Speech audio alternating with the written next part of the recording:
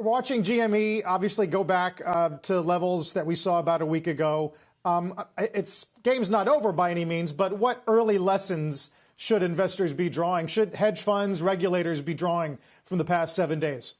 I mean, there are tons. The first one, which is probably obvious and should have been to anyone thinking about investing in GameStop, is the music was going to stop there sooner or later, and it's almost always sooner than later.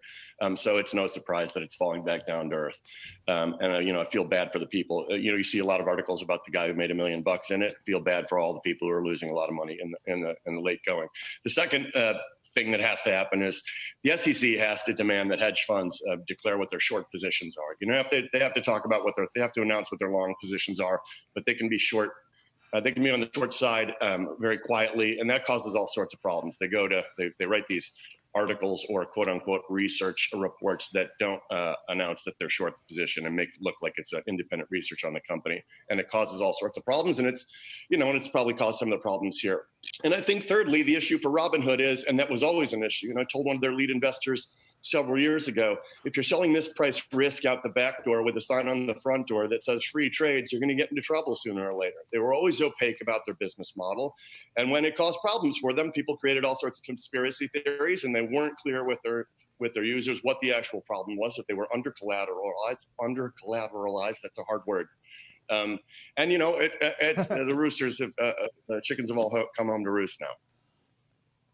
Right. That said, it doesn't sound like you think Robinhood is facing some sort of existential moment. I think it was just it was a failure of strategy and then an even bigger failure of communications. But I think the company will recover from it. They just have to stop.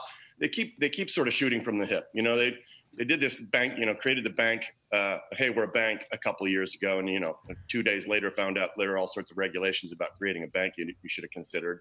And now they sort of make the communications announcement in a rush instead of seeing if they could go out and sort of raise very short-term financing from a bunch of their investors to collateralize the trades.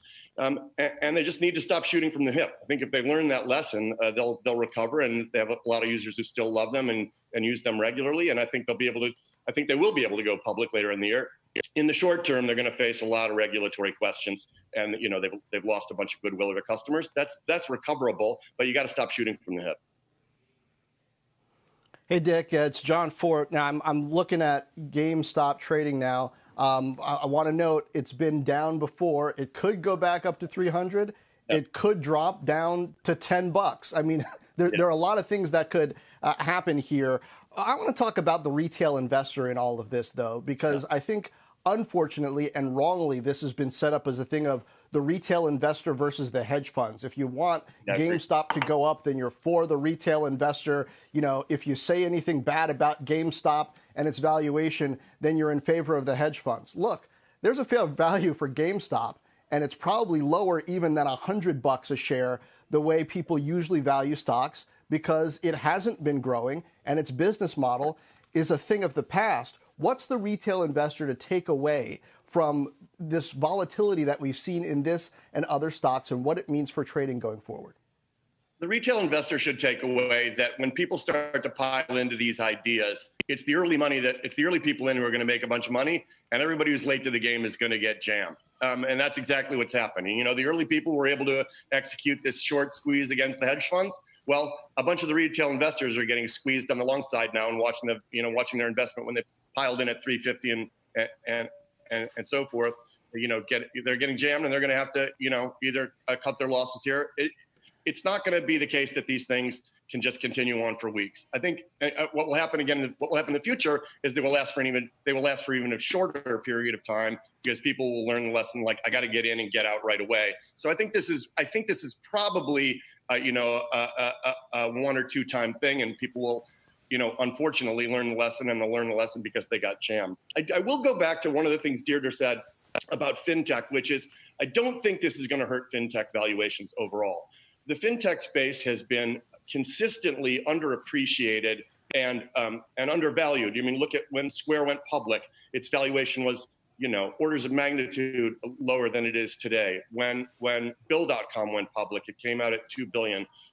We have investments at O1 Advisors in Tipalti, a global payments and payables company, and Spot On, a point of sale company, who have seen a tremendous acceleration even during COVID. And, Spot On is a small business and restaurant point of sale company. You would think they would have gotten jammed by and really squeezed by the pandemic. It's accelerated. So I think these fintech investments, because of the total addressable market, can be much bigger than anyone thinks. Shepard Smith here. Thanks for watching CNBC on YouTube.